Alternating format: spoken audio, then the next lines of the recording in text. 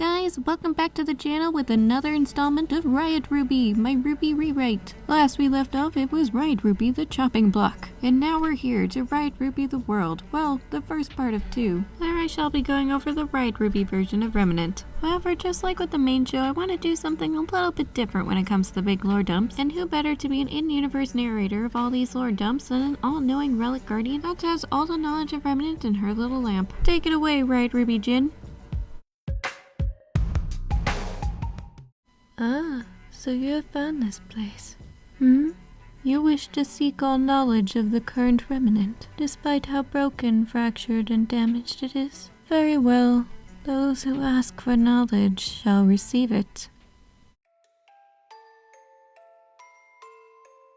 This is perhaps the most important story in Remnant, the Doctrine of Tsuki. It was a worldwide scripture of sorts of how the world came to be, mostly widely practiced by the early civilizations of Remnant, and with the kingdoms, most practiced by Vale and Vacuo. This even has its own book, being the Book of Tsuki, which details the story of the brothers Grimm, two gods who took the form of giant dragons and created the Allfather to walk the newly minted earth. The Allfather, who was immortal, became sad and lonely as he was the only one in the world. So the brothers Grimm sprouted 4 maidens from leaves who cheered up the Allfather with their magic, creating the seasons. Thus the idea of humanity came to be, as humans sprouted from their magic, man and woman who continued the human race. The brothers Grimm loved their creations, as did Tsuki the moon. They became friends, and the moon was no longer lonely in the sky.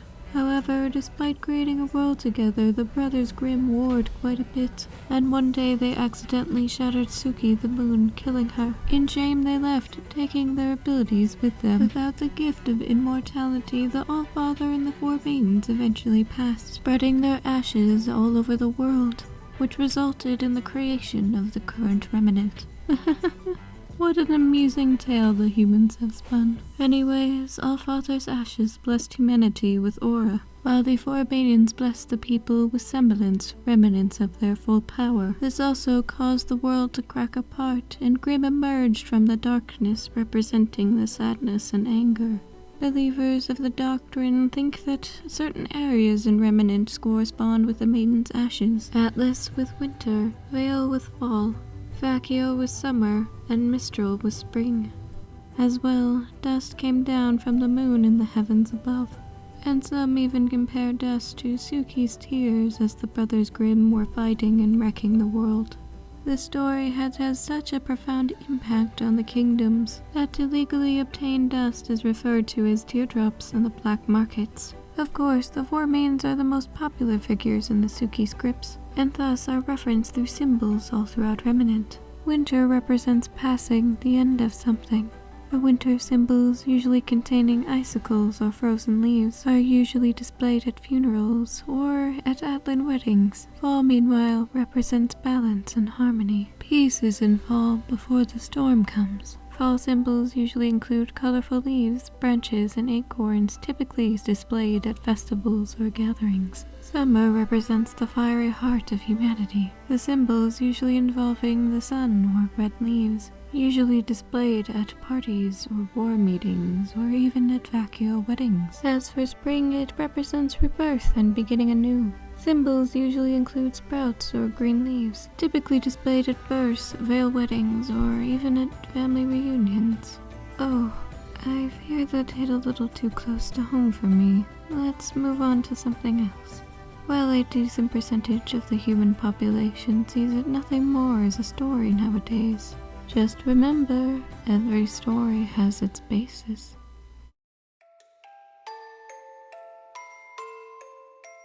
Now let's see.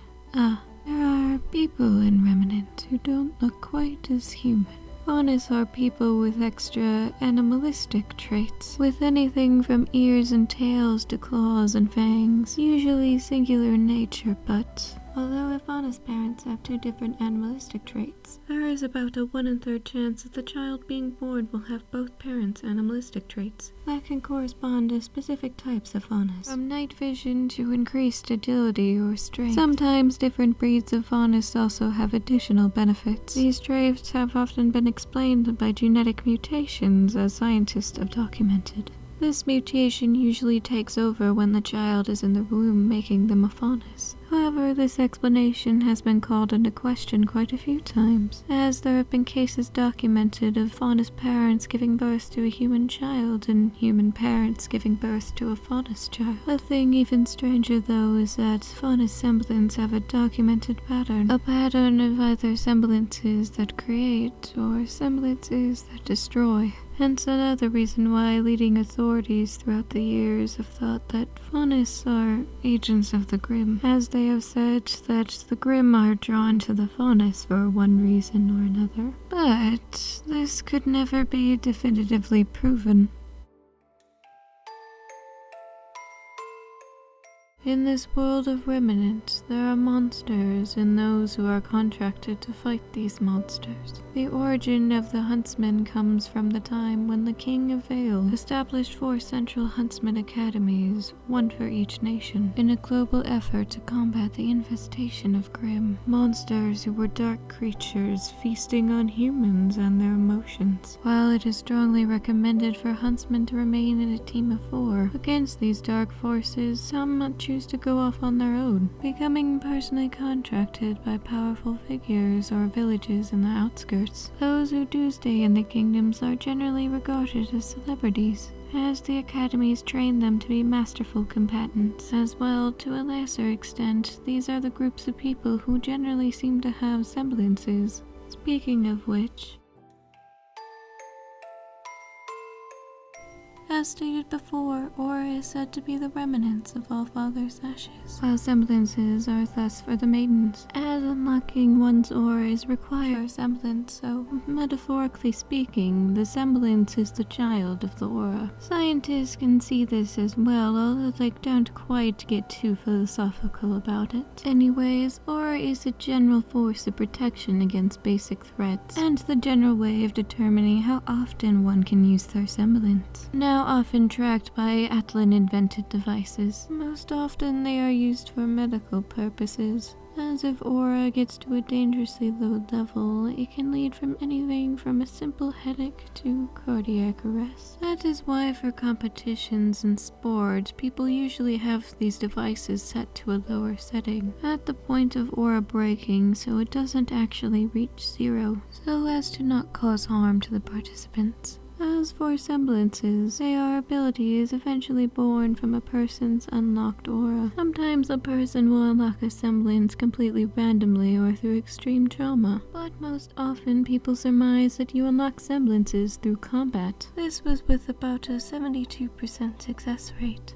in accordance with various studies conducted by research institutes all around the kingdoms, who monitored students fighting each other and Grimm. Although whether it be a scientist viewing semblances as mutations, or a religious figure viewing them as reflections of your soul, everyone is completely stupid as to how hereditary semblances are even a thing. Such examples include the Shni semblance of glyphs and the Ark family's semblance of King's Wall. Semblance abilities usually vary from person to person, but these are exceptions. Who knows why these exceptions exist in this world?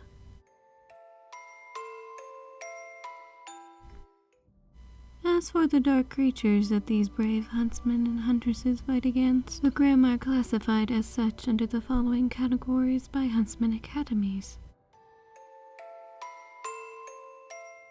Most baby Grimm and most weak Grimm are contained within this class. Most normal humans can deal with these creatures when they come for them. They can easily be penetrated by dust and be captured, so they are frequently used for Huntsman cram schools such as Signal Academy, and for first-year students at Huntsman academies, so these weak Grimm are frequently sold by research companies to make this happen.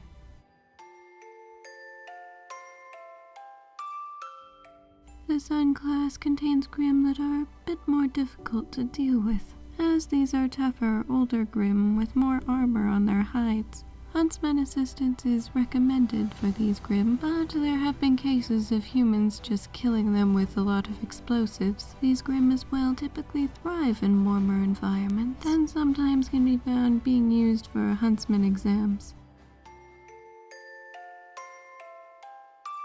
Grimm in the Acorn class are highly dangerous. Huntsman assistance is definitely required, as they are semi-intelligent and travel in packs, making them easily capable of defeating multiple opponents. Normal weapons won't do any good against these Grimm and must be penetrated with dust weapons. Only those who have graduated a Huntsman Academy are legally permitted to take on these Grimm, although there are some exceptions to the rule, as decreed by the official Huntsman Academies, as these Grimm have killed many an inexperienced student over the years.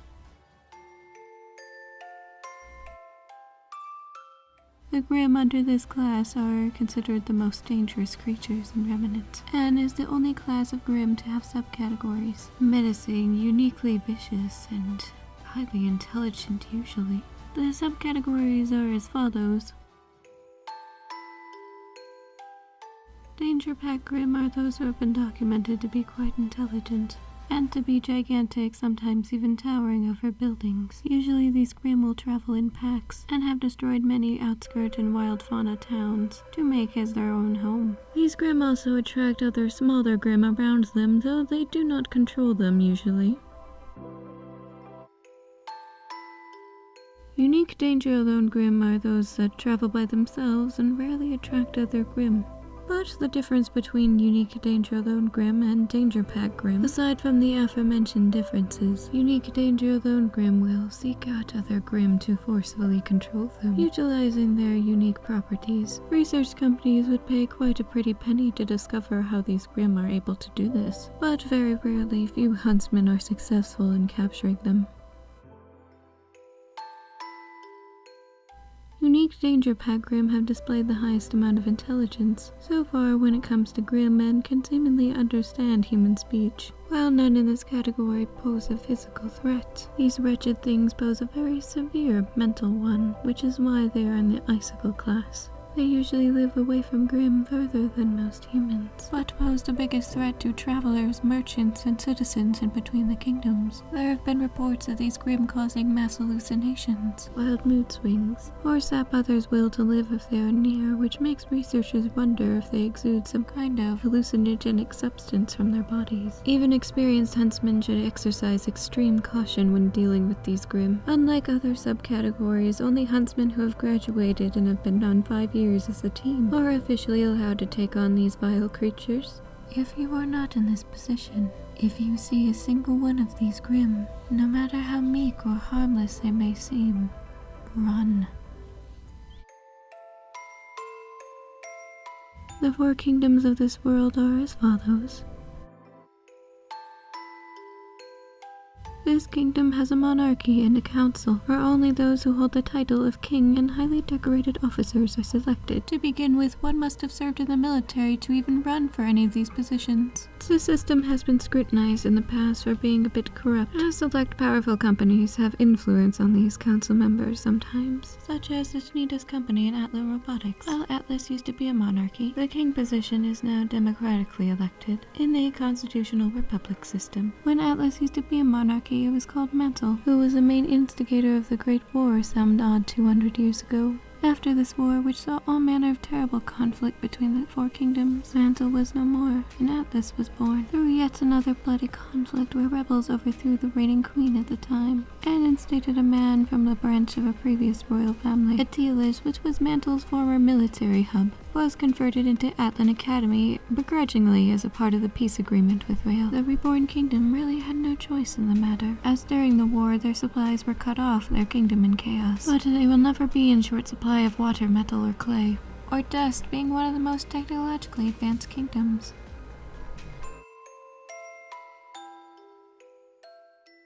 As for the Huntsmen Academy within its borders, while there was a name change to Atlantic Academy, its purpose still remained largely the same. Most students who graduate end up joining the military, with only a small percentage of students electing to be huntsmen, or to be individual bodyguards or mercenaries. Atlas has been scrutinized for this in the past, as the 4 Huntsmen Academies founded were meant to be combating the Grimm, but neither the kingdom nor its citizens seem to care all that much, as a highly nationalistic society. Though for Faunus and Atlas it comes at great benefit, as the Academy happily accepts Faunus due to their enhanced senses. Other lucrative prospects aren't so viable though, as the nobility doesn't care much for Faunus. When their highly monopolized companies do employ Faunus, it usually is with dirtier jobs with little chance of promotion. It could be worse though. You could be sent to the iron mines to work off your debts to society, where Faunus and human workers alike are treated badly. Other than that though, most live semi-comfortable lives, as Atlas is the wealthiest of the kingdoms.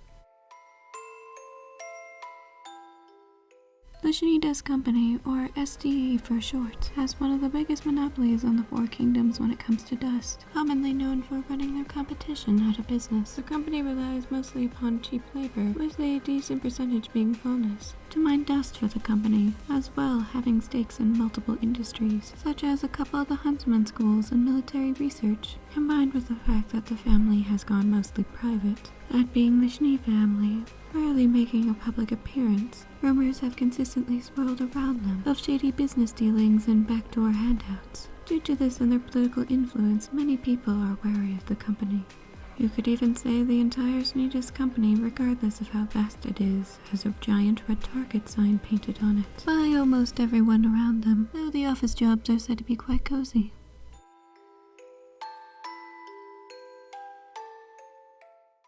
This kingdom really isn't a kingdom anymore. The Confederation of Mistral is made up of several small city-states that maintain most of their own sovereignty, only requiring intervention from the Mistral Singulate if they require protection from Grimm they cannot handle, or to settle disputes and conflicts of all kinds with other city-states. The city-states are usually ruled over by high-class, powerful mafia families who take justice into their own hands far too often, engaged in all manner of sketchy activities in the underground of the kingdom, sometimes even picking up orphan children to fight for them. This extra manpower can also come from the underground, which is a generalized umbrella term for places that act as hubs of trading, out of sight of the Singulate or normal citizens. The trades conducted in the underground can include anything from information, goods, services, or people, to dangerous weapons or exotic pets. If you would like to run away from the law or require protection, your best bet would be to disappear into Mistral, either by going into the underground or going to another city-state. So thus, many criminals, deserters, and the like disappear into the underground from other kingdoms. Lack of communication from Mistral's government has actually frustrated the other kingdoms in the past, as they would like to properly arrest criminals who have committed crimes on their territory,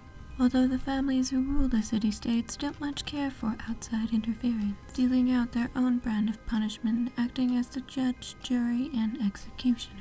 During the Great War, Mistral had sided with the former Mantle. Much like Mantle was back then, Mistral was a monarchy. After the Great War, around the time when the Huntsmen Academies were established, many rebellions against the feudal lords at the time caused Mistral to become what it is today. Now, the biggest problem Mistral faces today comes from the White Fang, who plagues the city-states with their attacks, draining their supplies and even impacting ordinary citizens' movements. So the ruling families would very much like to dole out their own brand of justice to the White Fang. So anyone who brings them to the families will be rewarded handsomely, and in turn, anyone found to be harboring them will be severely punished.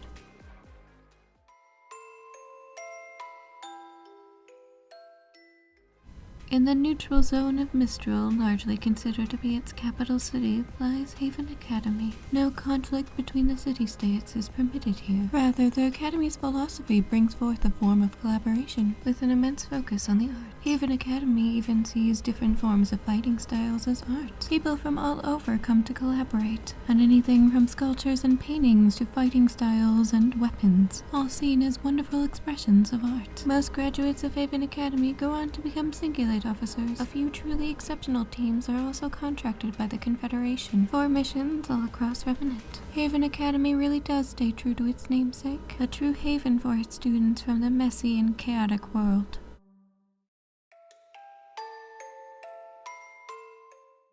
Vacuo was one of the most highly religious civilizations in Remnant, where an extreme version of the Doctrine of Tsuki was law. The kingdom sided with Vale during the Great War, due to Atlas and Mistral's occupation of their borders. Those who believed in the extreme version of the doctrine sent out Faunus soldiers to the front lines to try and hold off the infestation of Grimm and the invading armies, but this did not work. This war destroyed much of Vacuo, so the kingdom could never really recover. Despite the best efforts of other kingdoms, Vacuo collapsed some odd 17 years ago. Nowadays, this kingdom hardly resembles any form of civilization at all. Outside of the capital city Juo, Vacuo is fragmented into a land of lawlessness. While there are some towns where huntsmen rule as feudal lords, Vacuo is a place where only the tough survive, where bandits, merchants, and scammers all have their own layers. Even though the capital city Juo is civilized, the people living there, especially Faunus, keep daily tabs on the church to see if the authoritarian regime might come back with a vengeance.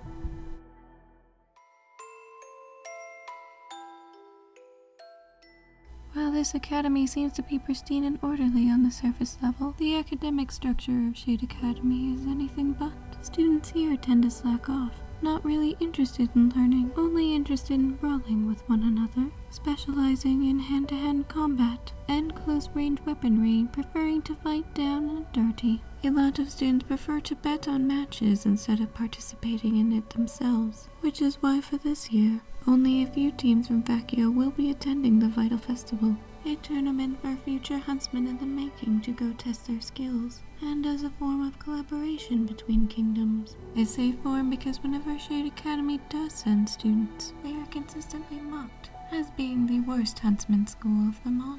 Lazy, unkempt, and not caring about the rest of the world. The bottom of the barrel of huntsman academies. Vale's king put an end to the chaotic Great War, opening up huntsman academies across all 4 nations, and dissolving the monarchy of Vale, making it a constitutional republic, but almost as sparsely populated as Vacuo, with most of the population concentrated around a few large cities. The rest of the kingdom is made up of towns and small villages on the outskirts, with the borders of Vale containing many failed expansions into the uncharted fauna, which is now occupied by Grimm, and Vale must send huntsmen and huntresses to trim down the Grimm populations in these areas.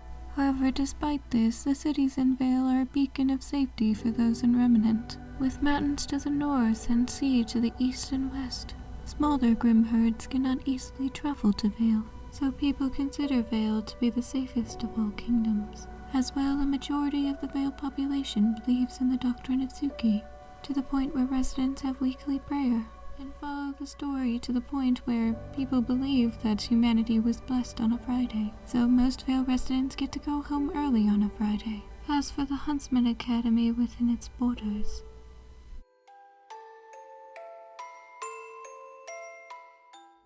this academy is located in the Accolade Mountains, and is perhaps one of the most unique building structures in Remnant, a true architectural marvel for its time, being built within and outside this mountain range. It has taken on many uses in its hundreds of years of standing strong, from initially being just a monastery, to a hospital, to a war fort in the Great War, to afterwards, as the kingdom through recovering lacked any sort of funds to build such a structure.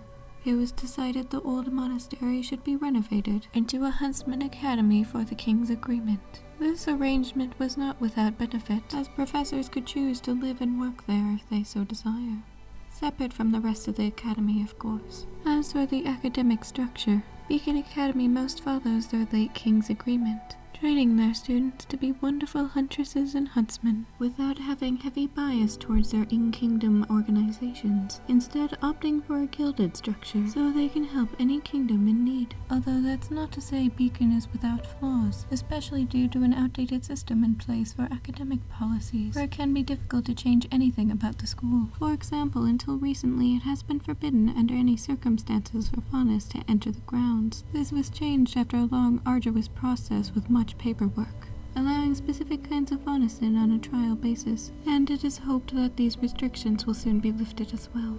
Despite these flaws, Beacon Academy truly is an excellent huntsman academy. Well, I suppose that will be everything for today. More knowledge of this remnant will be available at a later date, if one so chooses to come back to this place. Ladies and gentlemen, that concludes our show for RiotRWBY The World Part 1. I hope you've all enjoyed the show. Did you guys like my take on a new remnant, or was it filth? Let me know in the comment section down below. And with that, my lovely viewers, Bright Kitty is signing out.